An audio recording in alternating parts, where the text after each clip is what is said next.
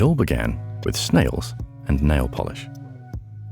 Where some people who work in nature credit exotic holidays or spectacular documentaries for their love of wildlife, it was simple gastropods that inspired Lira Valencia's lifelong journey. So, some of my earliest interactions with nature happened in my grandma's back garden in Streatham, South London, and she's going to hate me saying this, but there was just so many snails. There was so many snails, and she couldn't keep up with trying to stop them eating her plants, so she just kind of gave in to them, let them thrive, and then she had a granddaughter who loved them, me. And I would go into her back garden, I would collect the snails, I would look at them, compare shapes and sizes. My grandma also got into it, and I would also sometimes take her nail polish, my grandma's nail polish, and put a little dot on some of them, so I could remember them for next time. I was a little zoologist from young. I'm Chris from Canopy and Stars, and this is A Life More Wild.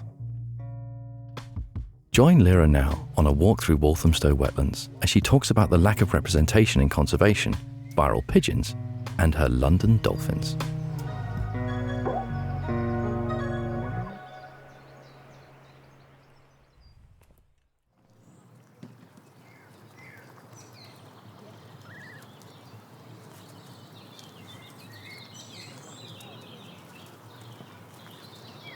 So we're at Walthamstow wetlands in London, North London, nearest station Tottenham Hale, and it's a wetlands that has 10 reservoirs, which supplies 30% of Londoners with drinking water, but also supplies Londoners with lots of wildlife to explore. So we're going to go on a nice loop that goes around a few of the reservoirs, and hopefully we'll see lots of wildlife.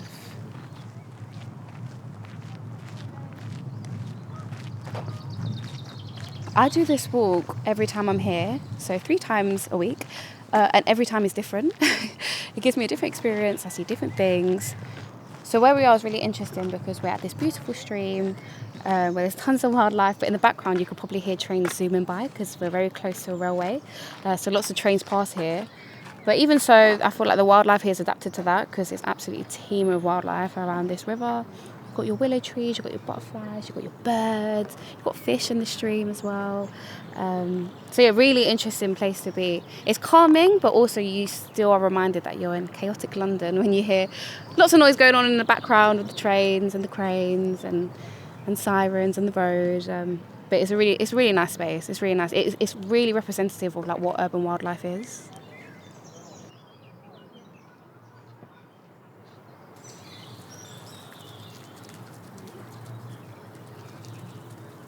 So we've just seen a family of goslings, Canada geese. Both parents are there and they have 5 goslings, super cute, eating their breakfast. So they're munching away, you probably just heard them go.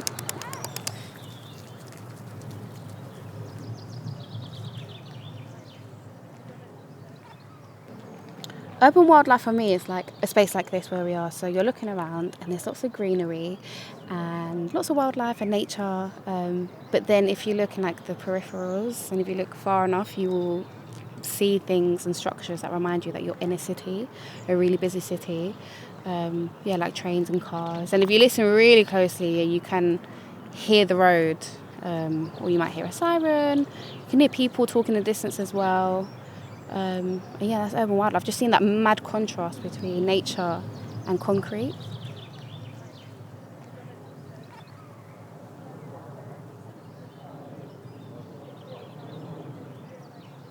So growing up in London, I found it quite difficult to find a connection to nature. Deep down, I always knew I loved nature, but I was a girl who grew up in blocks and in a really urban part of London, Croydon, South London. And I wasn't taught where to find nature, my family weren't really super into nature. They were new to the country as well, so obviously we wouldn't go to the countryside or anything, we wouldn't go far from where we live. So I wasn't really exposed to nature in that sense. So I did find it really difficult to connect. And then growing up as well, talking to friends, and when I was a teenager, nature was not what was cool. And even now, it's still seen as something for maybe rural people or rich people. It's not seen as a cool thing in the city. In the city, what's cool is trends and making money, So in that sense, it has been growing up in London is very difficult to connect to nature and find the people that, you know, that love nature also and know where to find nature.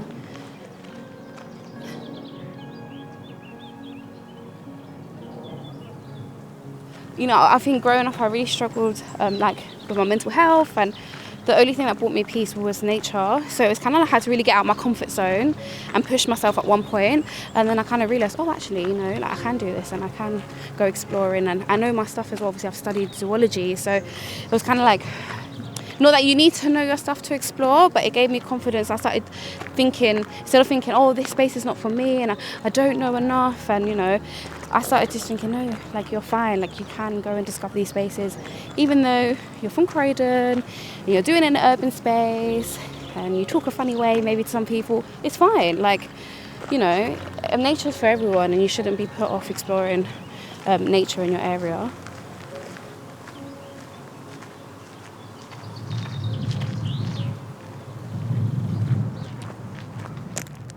So I realised nature was the only thing that brought me peace. And I think that's for many reasons. I think when you grow up in a city like London, which is super chaotic and noisy, your brain is almost like overstimulated with really negative noise. So like the noise of like maybe large crowds, or the really loud noise coming from trains or when you're on the tube, and just constant really like urban noise, which can really affect your mental health. So when you step out into nature, that all disappears. All you can hear is what we're hearing now, which is your own footsteps, some birds, maybe water, depending on where you are, the leaves rustling, the air, the wind, and that just really calms your nervous system. So I think that brought me peace in one way, but then also it really just quieted down like the negative like voices in your head that everyone has.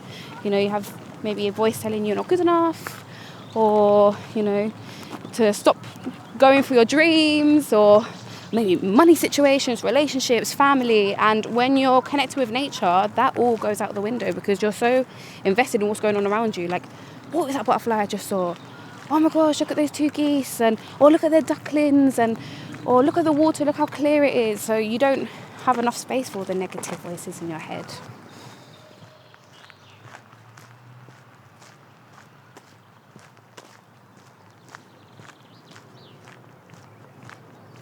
So this is one of our 10 reservoirs. This is what we call Reservoir 4. It's a really large reservoir, as you can see, and it's really important for birds actually. So we get a lot of overwintering ducks, so ducks that have migrated from colder countries such as Russia, Scandinavia, and they come over and they overwinter on these reservoirs. And you can actually see some of the species that you would see coming over in the winter, such as tufted ducks. So some of them remain all year, like these ones you see. But in the winter, when lakes have frozen over in Russia, for example, they will come from Russia and land on our waters. Because believe it or not, they find it much warmer in the winter than where they come from. And they come and overwinter here. It's like a summer vacation for them, but in winter. So they're escaping really harsh weathers in Russia and Scandinavia and coming over here to rest, which is really important for them. So yeah, in the winter, this will be full of birds. And at the moment, we have a few, tufted ducks. We also have breeding birds on this reservoir, such as the great crested grebe. Don't know if anyone has seen this bird before. It's really beautiful. And they do a beautiful mating dance, which you can sometimes see, maybe we'll see it now, on the water. So they pair for life, but before they pair for life, they do dances, and they get each other pebbles and pondweed, and they do a beautiful penguin dance. That's what it's called. And yeah, they mate, and every year they do that dance. Before mating, which is really, really cute. So we might see that now actually.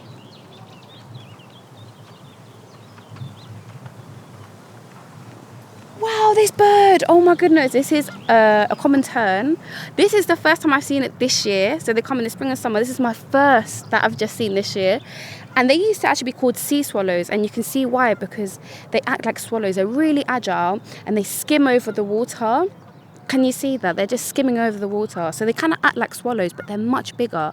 A tern is kind of like a gull. It's got the same colours, maybe the same size, but they act completely different. Just the way it's behaving there, the way it twists and turns in the air and then dives near the water. But yeah, they're incredible birds. So beautiful. I love them. Got really excited then because I hadn't seen them this year. So this is a sign that summer is officially here, because obviously they come in the summer. Did you just see that fish? Yeah, I love that. I don't know what fish that was. But you get a lot. So these reservoirs are stocked with fish because we have a large angling community. So people who fish, they've been here since the Victorian times. So before we were open as a charity, and they continued their sports here. Was that another one? Did you hear that splash? Big fish. And I love it. For me, it's like my London dolphin, because you see some of the fish jumping up, do a little flip, and then they land back down. And this is why this reservoir attracts so many birds, or like birds that eat fish. For example, that cormorant that's flying over, can you see that? They love these fish, so they come and eat some of these fish.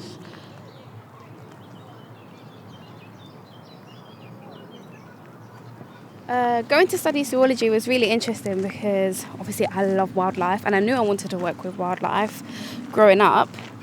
But to be honest, completely honest, I've learnt more just from, and this is not to put anyone off studying zoology, please go study it. I've learnt so much during, my studies, but I did learn more just going out, experiencing nature firsthand.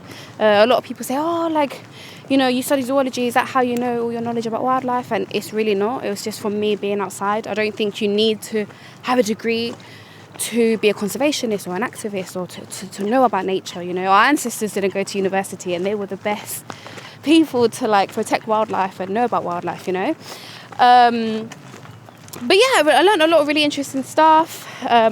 This is really weird, but my favourite part was actually dissecting things. Like the anatomy of animals really interests me. I don't know much about it now, but I remember really enjoying that when I did my degree. But I would say the one thing, with the whole, going to university and studying zoology, that's where my imposter syndrome kind of started, because it was the first time I realised that I looked pretty different and sounded pretty different to a lot of people that have interests in conservation. Prior to then, I've obviously lived in London, and I've only been around really mixed communities. So when I went away to Reading to study, zoology, it was the first time I really realised, wow, I'm actually brown and have a really strong South London accent. And and then obviously people commenting on that, saying, oh, how come someone like you is into nature? How comes you like nature? You're from London. It just kind of started, that's where seeds of doubt started coming up, and imposter, and feeling a bit, maybe this is not for me, maybe people like me don't do conservation. A lot of things got me through to the other side. One of them was doing a traineeship called the Keeping It Wild traineeship with the London Wildlife Trust, which is the charity I work with now. And this traineeship is really good because they really try to target marginalised communities, so communities you don't really see involved in wildlife conservation, so people like myself. And in that traineeship I met so many other people like me, and it made me realise, wow, I'm really not the only colour of person with a South London accent that loves nature. During that traineeship I really met my community and people who made me feel welcome. Those are Egyptian geese we hear in the background, just having a bit of a chatter. They're so beautiful. And then also my Instagram, my platform. I started posting, my love for wildlife on my Instagram, and I was so surprised. I didn't expect it, but so surprised by all the positive feedback and how many people I inspired. And, that just made me realise, okay, I do belong in this space, and there's a purpose for me.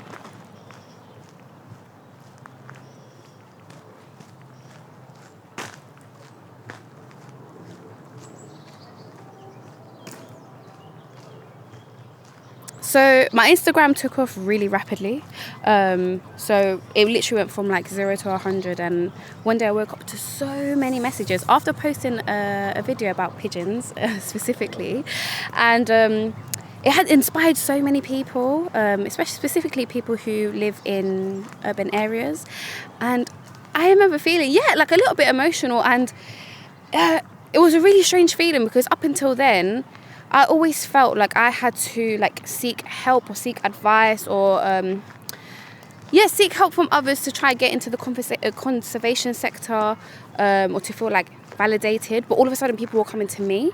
So it was like my life. I did like a full 360 turn. Like all of a sudden, I was helping and inspiring people instead of me looking to be inspired or to feel like I belonged somewhere. All of a sudden, people were coming towards me, and it was honestly like it is such a good feeling, because I wish I grew up.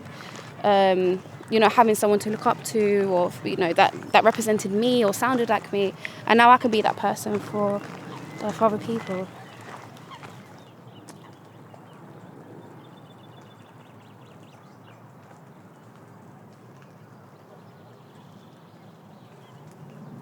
So the transition from studying to actually getting a job in conservation is quite tricky. It could be quite a roller coaster, especially in my case.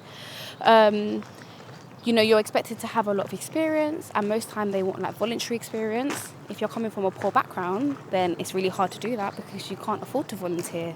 And then finding volunteering opportunities in a city in conservation is also really tricky. And then you have other barriers. I don't know, like let's say in my case, there was a lack of representation, so I already felt that imposter syndrome. So applying for jobs was really tricky. I felt like it was never for me. And it's also a really competitive field. It's a dream job to be able to work outside with wildlife, So when a job does go, especially in the city, it's just like, almost impossible to get, and you have to have tons of experience.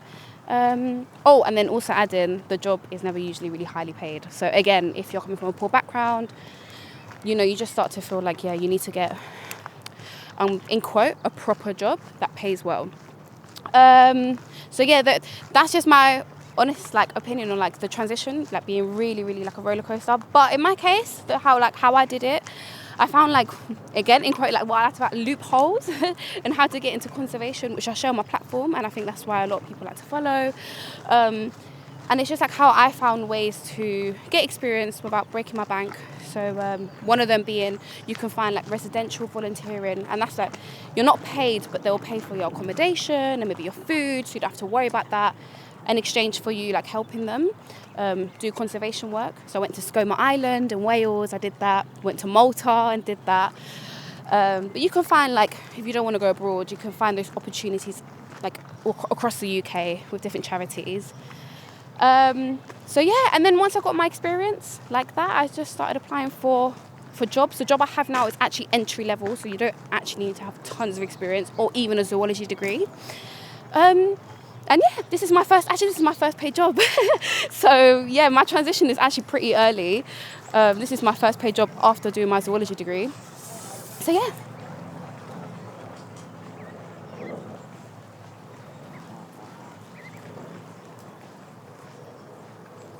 every time I do a walk or a workshop, people are all of a sudden excited about something they've really overlooked before.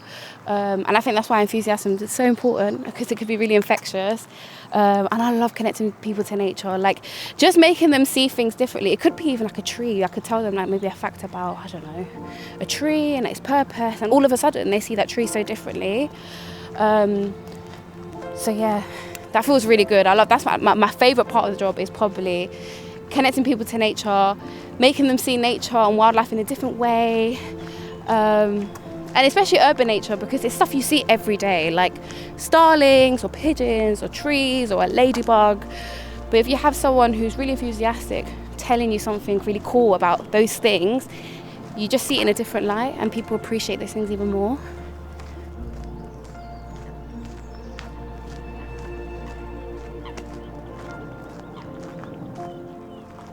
I think just being a nature lover in general has really changed the way I see London, and when I'm walking around London, you see things quite differently.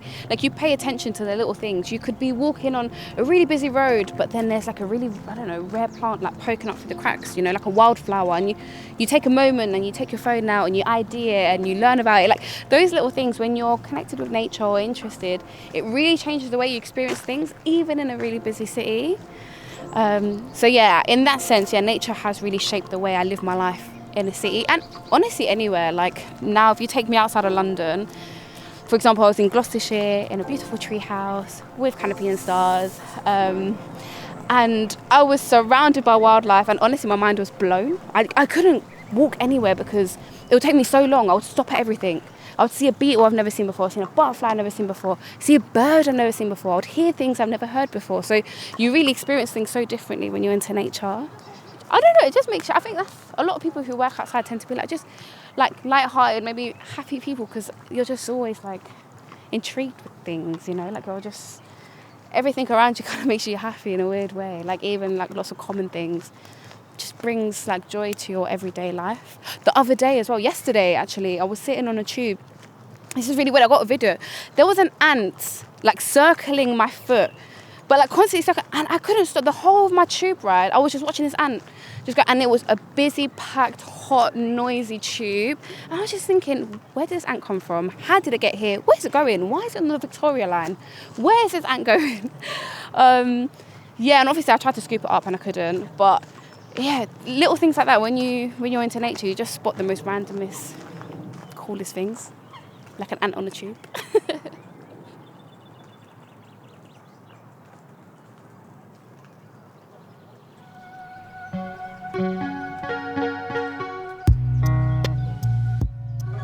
Let's hope you get that excited next time you see a common tern.